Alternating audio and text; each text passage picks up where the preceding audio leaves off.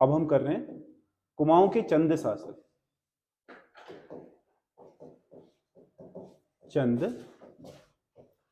राजवंश, कुमाऊं के चंद राजवंश। ठीक है, कत्यूर हमारे हो गए थे। कत्यूरों के पतन के बाद जो उत्तराखंड है वो दो राजनीतिक शक्तियों में विभाजित हो गया था। पहले में तो आपने पढ़ा कि जो आपके कौन था, ईस्ट गणदेव, उसके समय क्या हुआ था, पूरा कुमाऊं और गढ़वाल एक छत्र के नीचे आ गया था। समझ गया ना, यानी कि पूरे और कुमाऊं गढ़वाल पर कत्यूरों का ही शासन चल रहा था, जिसमें आपने इधर पर गंडकी नदी से पश्चिम में कहां तक लिखा, सतलज तक, और उत्तर में कैलाश श्रेणी से दक्षिण में आपका रोहेलखंड तक, बरेली वाला जो क्षेत्र है, वहां पर किसकी सत्ता स्थापित हो गई थी, कत्यूरों की। कत्यूरों के बाद में जब कत्यूरों का पतन आरंभ हुआ तो यहां पर दो आपके उसमें ये सत्ता विभाजित हो गई। इसमें इधर कुमाऊं, ये जो आपके कुमाऊं और गढ़वाल की क्या गढ़वाल की राजनीतिक इकाइयां हैं, वो एक्चुअल में गढ़ी थी चंदू के और पवारों के समय, कत्यूरों के बाद। हालांकि पौराणिक रूप से तो दो अलग अलग क्या है ये क्षेत्र हैं ही, क्योंकि आपने स्कंद पुराण में इसको क्या पढ़ा, केदारखंड, और इसको मानसखंड, है ना। पौराणिक रूप से ही इसकी अवधारणा क्या दो अलग अलग क्षेत्रों की है, परंतु राजनीतिक शक्ति के रूप में कुमाऊं और गढ़वाल दो अलग आपके शक्तियों का गठन या दो इकाइयों का गठन कुमाऊं में आपके चंदू ने और गढ़वालों में पवारों ने करा, यानी कि कत्यूरों के पतन के बाद हुआ। और यही ऐसी सीमा है, समझ गया ना, जिसमें कुमाऊं आप कहते हो, कुमाऊं में पूरे क्षेत्र पर चंदू का शासन था और गढ़वाल के पूरे क्षेत्र पर पवारों का। हो सकता है हरिद्वार और देहरादून में बहुत सारे डिस्टरबेंस झेलने पड़े हो उन्हें, जैसे चंदू को इधर आपके जो 84 माल परगना है, समझ गया ना, जिसे आप तराई भाबर या उधम सिंह नगर की पट्टी बोलते हो, ये 84 माल परगना कभी क्या था, आपके मुगलों के हक में चला गया, कभी रोहिलों ने इस पर आक्रमण करके अधिकार कर लिया, तो कई बार ये छिनता और इनसे क्या इनके अधिकार से जाता रहा, फिर शक्तिशाली शासक हुए, मुगलों का सहारा लिया, फिर पुनः इन्होंने प्राप्त कर लिया। वैसे ही हरिद्वार और देहरादून के क्षेत्र में भी हो सकता है, लेकिन पर्वतीय क्षेत्रों में विशुद्ध रूप से इधर कुमाऊं में चंद और गढ़वाल में पवार ही क्या थे, पवार, और कुमाऊं में चंद, इन्होंने शासन करा। ठीक है, तो चंद राजवंश का जो इतिहास है, चंद राजवंश के इतिहास को जानने के हमारे पास क्या स्रोत हैं, तो सबसे महत्वपूर्ण है राजवंश के जो स्रोत हैं चंदों के, जो भी इतिहास लिखा है, समझ गया ना, कुमाऊं का जो चंदू का इतिहास है, इसके इतिहास को जानने का सबसे बड़ा स्रोत हमारे पास है इनके ताम्रपत्र। बाद के पवार और चंद शासकों का इतिहास को लेकर के कोई दुविधा नहीं है, लेकिन शुरुआत में तो बहुत दुविधा है, यहां तक कि आए कहां थे। सबसे पहला प्रश्न तो यही खड़ा हो जाता है कि आए कहां से, दूसरा कौन थे, तीसरा कब आए, चौथा क्यों आए। ये चार प्रश्न हैं, समझ गया ना, और चारों का ही कोई स्पष्ट उत्तर नहीं है, चारों का ही कोई स्पष्ट और एक ही कृत उत्तर नहीं है, सब अलग अलग व्यूज होंगे। जिसने जैसी किंवदंती सुनी, जिसने जैसा क्या आपका कहीं लेखों में पढ़ा, वैसा ही कह दिया। कोई स्पष्ट लेख भी नहीं है इसके बारे में, आरंभिक चंदों के बारे में भी नहीं और आरंभिक पवारों के बारे में भी। अब मोटा मोटा इसमें इतिहास लिखने में जो सबसे अधिक सफलता पाई है कुमाऊं की तरफ का इतिहास लिखने में, इसमें दो लोग बहुत महत्वपूर्ण हैं।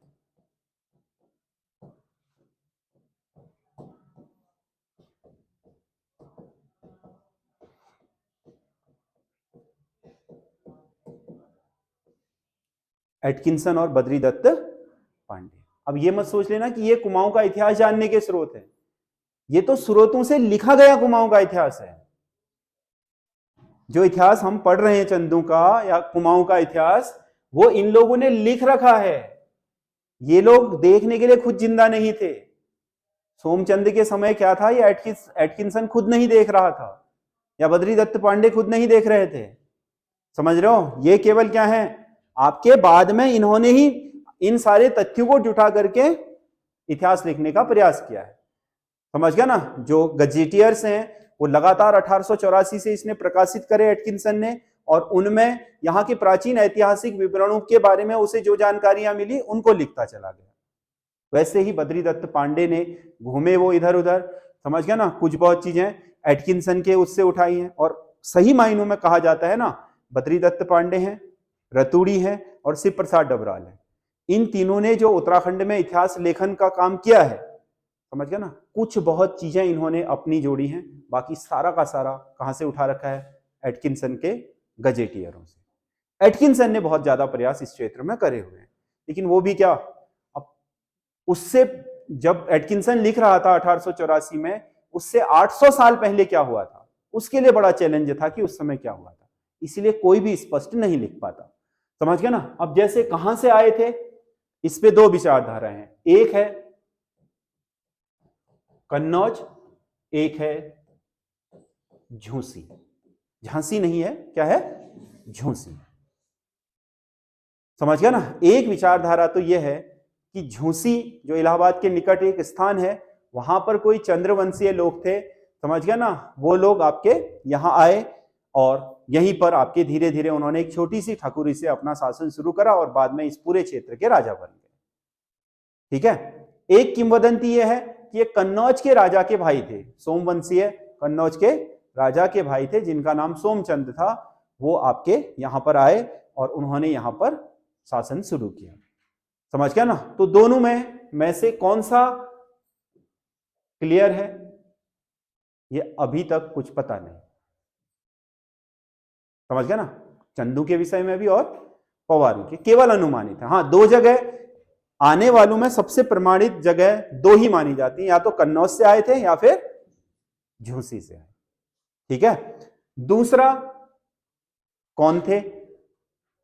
ठीक है। अब कोई कहता है कि ये कन्नौज के राज परिवार के लोग थे। समझ गया ना। कन्नौज पर मोहम्मद गजनवी का आक्रमण हुआ 1018 ईस्वी में, पूरे क्षेत्र में भगदड़ मची, तो वो शरण लेने के लिए पहाड़ों पर आए, क्योंकि राजा थे, राजा की प्रवृत्ति थी, और इस क्षेत्र में उन्होंने छोटे से ठकुरी से अपना शासन आरंभ करा और एक दिन राजा बन गए।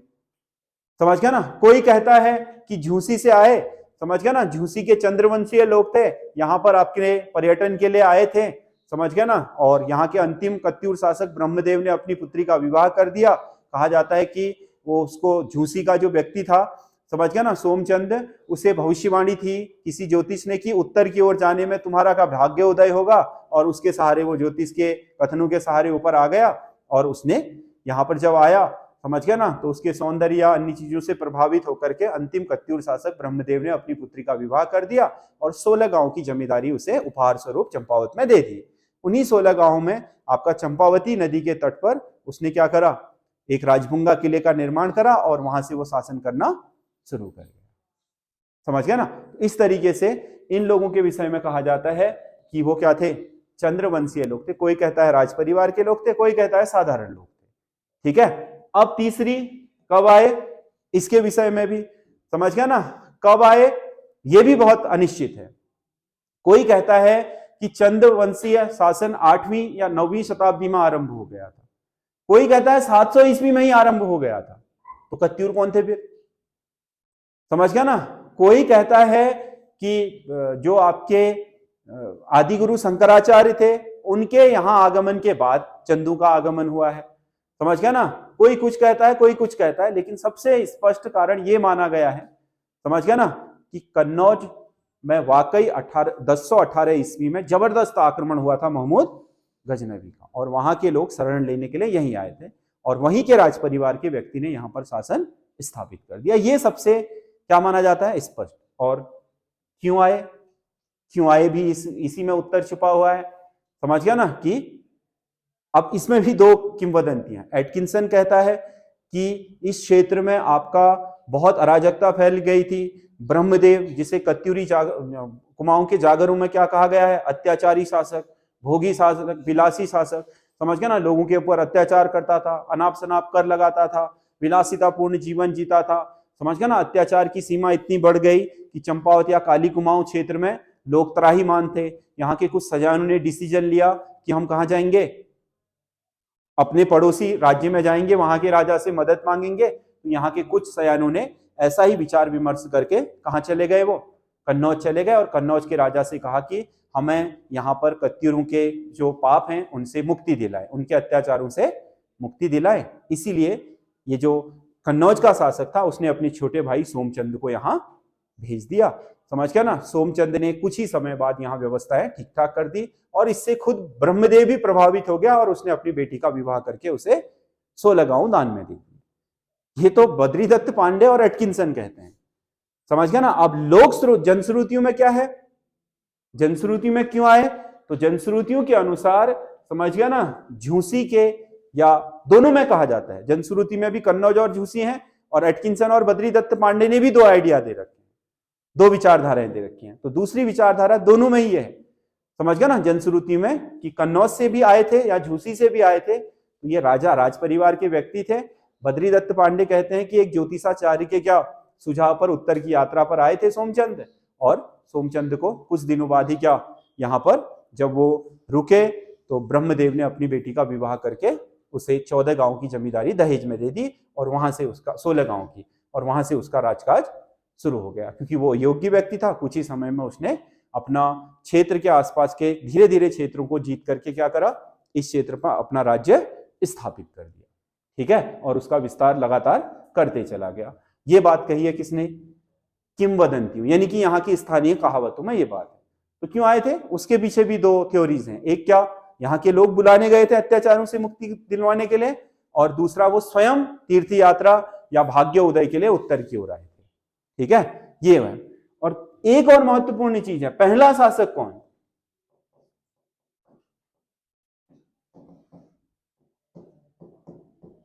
पहला शासक कौन था, यह भी बहुत महत्वपूर्ण है। यह स्पष्टतः लिखा हुआ है कि पहला शासक सोमचंद था, और अब मान भी लिया गया है कि सोमचंद ही था। ठीक है, लेकिन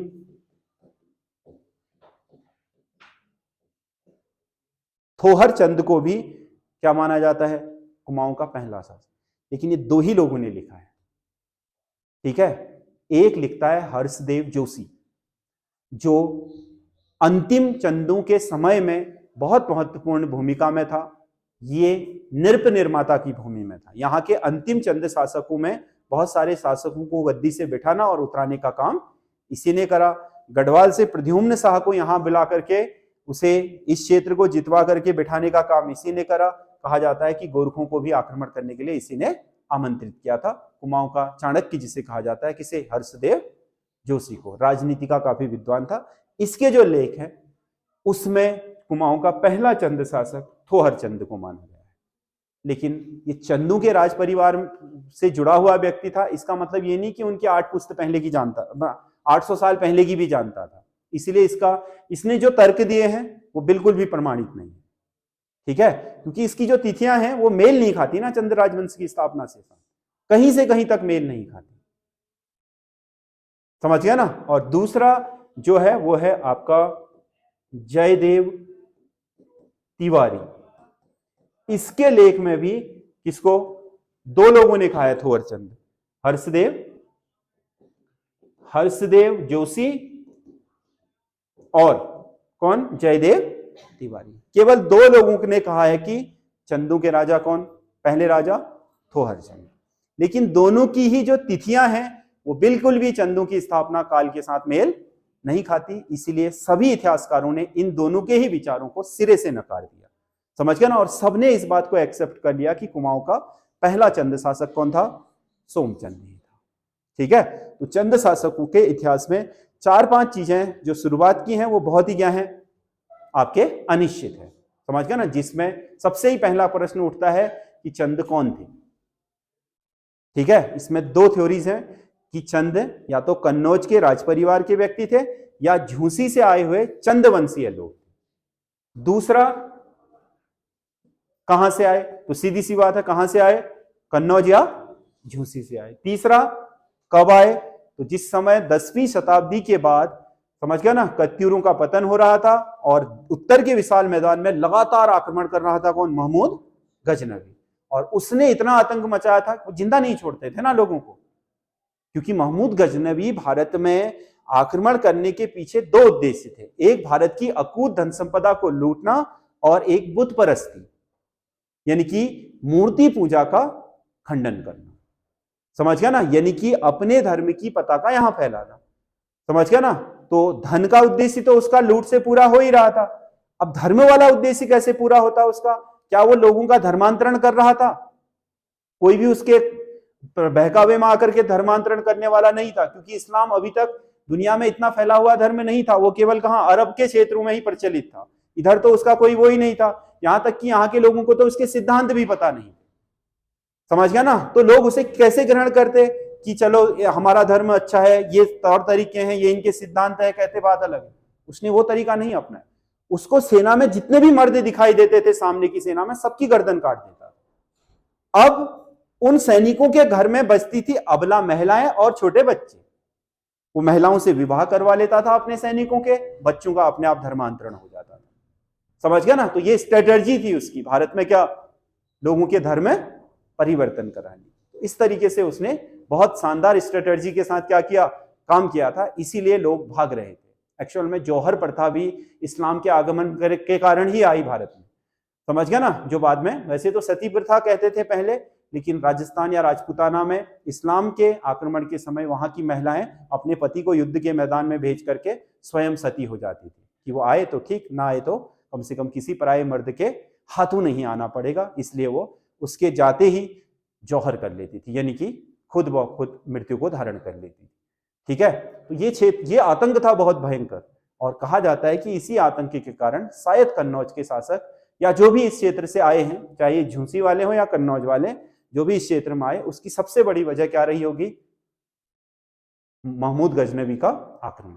तो इनकी तिथि वही मानी जाती है। कन्नौज पर मोहम्मद गजनवी का जो आक्रमण है वो तो स्पष्ट है, उसका तो प्रमाणित स्रोत है। समझ गया ना, उसके आक्रमणों का 1018 ईस्वी है। तो माना यह जाता है कि 1018 से 1025 के बीच चंदू का आगमन हुआ था। कहां? कुमाऊं में। ठीक है, और क्यों आए, इसका आंसर क्या है? दो है, एक तो यहां के लोग बुलाने के लिए गए तब आए, दूसरे क्या है, हाँ दूसरा यहां आपका क्या, वो तीर्थ यात्रा अपने भाग्य उदय के उद्देश्य से आए। ठीक है, अब ये वाला सही था या वो महमूद गजनवी के उसके आक्रमण के कारण उनकी आने मजबूरी थी, जो भी रहा हो, इसको लेकर के बहुत स्पष्टता है नहीं। समझ गया ना। और एक कथन ये भी है कि पहला चंद शासक थोहर चंद या सोमचंद, क्योंकि बहुत सारी किताबों में आपको थोहर चंद लिखा हुआ मिलेगा, तो आप उसको मानोगे नहीं। अब विकल्प में ही नहीं है प्रश्न बना, क्योंकि हमारे कई बार परीक्षाओं में ऐसे प्रश्न भी तो बना देते हैं जिसमें या तो दो से अधिक विकल्प सही हो जाते हैं या एक भी विकल्प सही नहीं होता है ना। अगर ना हो सोमचंद तो थोहर चंद लेने में कोई दिक्कत नहीं है, क्योंकि आपके पास फिर विकल्प के रूप में वही बचता है। समझ गया ना, सोमचंद भी है, सोहर चंद भी है, तो आप सोमचंद ही विकल्प से उठाओगे, ये ध्यान रखना। ठीक है, तो ये चंदों की सबसे पुरानी जो आपकी चीजें हैं, इन 4-5 चीजों को लेकर के विवाद है। समझ गया ना, या जो भी आपके इतिहासकार हैं उनके बीच मतभेद है। समझ गया ना, वो सबसे इंपॉर्टेंट चीज यही है।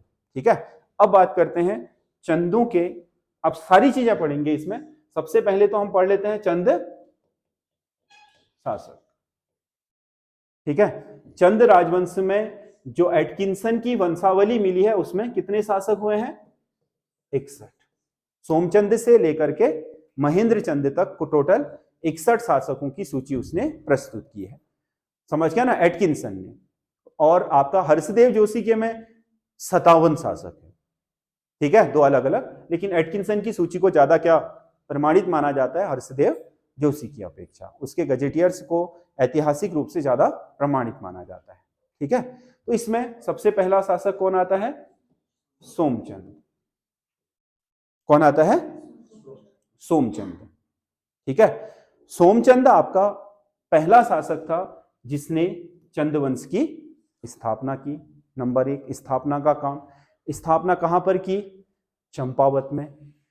समझ गया ना, चंपावत के 16 गांव इसे कहा जाता है कि किससे मिले? कत्यूरी शासक से दही स्वरूप मिले थे। उन्हीं 16 में से इसने चंपावती नदी के तट पर राजबुंगा किले का निर्माण करवाया। उस राजबुंगा किले से इसने अपनी राजशाही स्टार्ट करी। राजशाही स्टार्ट करते ही उसने अपने चारों तरफ के जो 16 गांव थे, समझ गया ना। उन गांवों की सुरक्षा के लिए चंपावत में 4 आल नियुक्त करे। 4 आल मतलब उसके राज्य के चारों तरफ के 4 पहरेदार। समझ गया ना। इसमें आपका चौधरी हैं, कार्की हैं, बोहरा है और तड़ागी है। समझ गया ना। 4 पहरेदार नियुक्त करे। उसके बाद धीरे धीरे इस क्षेत्र पर उसका विस्तार होना शुरू हुआ तो उसने 5 थोकदार नियुक्त करे हैं, जिसमें से मेहरा और फरत्याल उसके मंत्री बने। समझ गया ना। मेहरा और फरत्यालों को क्या नियुक्त किया उसने? अपना मंत्री। ये कुछ बद्रीदत्त पांडे ने बड़ा लंबा चौड़ा इसमें लिख रखा है कि जो चाराल थे वो लोग क्या कर वसूल करते थे। एक दिन बिसंग गांव में गए, समझ गया ना, और वहां पर बिसंग के 5 बूढ़े बैठे थे और जब उन्होंने वहां उनसे कर की मांग करी तो उन्होंने उनका सर काट दिया और उस सर को क्या, उस जगह को मुड़काटा कहते हैं। ये सब बहुत सारी चीजें लिखी हुई है उन्होंने। समझ गया ना बिसंग के विषय में। तो वो जो 5 बिसंग की ठाकुर जाति हैं उन 5 को चंदू ने अपना क्या बनाया? अपना थोकदार बनाया था। उसमें से 2 भाई आपका मेहरा और फरत्याल क्या बन गए? मंत्री बन गए। ठीक है। और इस तरीके से उसकी राजशाही शुरू हो गई। लेकिन एक तथ्य और आता है कि जो डोटी का मल्ल शासक था उसने इस क्षेत्र को अधिकार में लिया हुआ था। शासन तो नहीं करता था, उसने ठकुरियों में बांट दिया था। ठकुरी मतलब इस क्षेत्र को तू देखेगा, इस क्षेत्र को तू देखेगा। तो कहा जाता है कि जो मल्ल शासक था वामदेव डोटी का, उसके अधीन होकर के इसने भी उसकी अधीनता स्वीकार कर ली और उसे कर देता था। संभवतः चंपा देवी मल्ल शासक वामदेव की ही इष्ट देवी थी और चंपावत नगर वामदेव ने ही बसाया, इसीलिए उसने अपनी इष्ट देवी के नाम पर इस स्थान का नाम क्या रखा? चंपावत रखा। समझ गया ना। और चंपावत के ही बीचों बीच राजगुंगा किले का निर्माण इसने करवाया था। समझ गया ना। और इसके बाद अगर इसकी विजय की बात आती है तो सबसे पहली विजय सोमचंद की मानी जाती है दोणकोट की विजय। दोणकोट की विजय। समझ गया ना। यह संभवतः आपके जो ऊपर का हिस्सा है, समझ गया ना, गंगोली तरफ का जो हिस्सा है, इस क्षेत्र में रावत राजाओं का राज्य चल रहा था। उन राजाओं की दोड़कोट पर हरा करके इसने उस क्षेत्र पर भी अधिकार कर लिया। ठीक है। अब जो सबसे इंपॉर्टेंट बात है कि जो आपका क्या है, सोमदेव है, चंदू के समय स्थानीय स्वशासन शुरू करने का श्रेय इसी को दिया जाता है। स्थानीय स्वशासन का मतलब यह था, इसने जितने भी गांव जीते थे सोमदेव ने, उन गांव में सयानों की नियुक्ति करी। समझ गया ना। और उन ग्राम सयानों को उस क्षेत्र में प्रशासन के अधिकार दे दिए। कर राजस्व वसूल करके उसमें से कुछ पैसा लेकर के उस क्षेत्र में विकास कार्य, शांति व्यवस्था बनाए रखने के अधिकार उनको दे दिए। समझ गया ना। तो इस तरीके से सोमदेव के समय आपके उत्तराखंड में स्थानीय स्वशासन भी शुरू हो गया था। ठीक है। और दूसरी चीज, चंदू के जो इष्ट देवता थे वो शिव थे, शैव धर्म के अनुयायी थे ये। समझ गया ना। और इन्होंने बालेश्वर से लेकर के जागेश्वर तक के, जागेश्वर में भी कुछ मंदिरों का निर्माण कराया है, बालेश्वर मंदिर तो है ही इनका। उसके अलावा भी इनकी जो गतिविधियां रही हैं, धार्मिक और सांस्कृतिक गतिविधियां रही हैं, उनसे पता चला है कि इनके जो इष्ट देवता थे वो कौन थे? शिव थे। समझ गया ना। और सोमदेव ने ही सर्वप्रथम आपका चंदू का राजकीय चिन्ह गाय को बनाया था। ठीक है। तो इस तरीके से जो सोमदेव है, समझ गया ना, यही आपका चंदवंश का पहला शासक है। इस तरीके के प्रमाण सभी ने प्रस्तुत करने का प्रयास किया है। खासकर जो कुमाऊं का इतिहास लिखते हैं इसमें 2 लोग, तीसरा भी एक वॉल्टन बोलते हैं जिसको, समझ गया ना, उसने भी गजेटियर लिखे हैं वॉल्टन ने। समझ रहे हो। उसने भी लगभग वही बातें कही हैं जो एटकिंसन ने कही है और बद्रीदत्त पांडे ने। मैंने क्या बोला? कुमाऊं का इतिहास या गढ़वाल का इतिहास या पूरे उत्तराखंड का इतिहास के विषय में जितना विवरण एटकिंसन ने दिया है, सबने उसी के विवरण से कुछ ना कुछ लेकर के लिखने का प्रयास किया है। चाहे वो बद्रीदत्त पांडे हो, चाहे वो शिव प्रसाद डबराल हो, या फिर हरिकृष्ण रतूड़ी हो, सबने। समझ गया ना। इसीलिए एटकिंसन के गजेटियर्स को उत्तराखंड के इतिहास जानने का महत्वपूर्ण साधन माना जाता है। और उसने इतिहास लिखा है चंदू के विषय में जो किंवदंतियां थी, यहाँ पर जो कहावतें प्रचलित थी, या फिर जो यहाँ इन्होंने ताम्रपत्र आदि लिखे हैं। बाद के चंद शासक रुद्रचंद के बाद कोई दिक्कत नहीं है, लेकिन वहां तक जो भी लिखा उसने थोड़ा बहुत इधर उधर से करके ही लिखा है। ठीक है। तो ये चंदू का आरंभिक वो है। और इसके बाद हम शासक लिखेंगे, फिर उसके बाद चंदू का प्रशासन, कर व्यवस्था, जो भी चीजें हैं सब कुछ। ठीक है। पूरा का पूरा इसे कंप्लीट करें।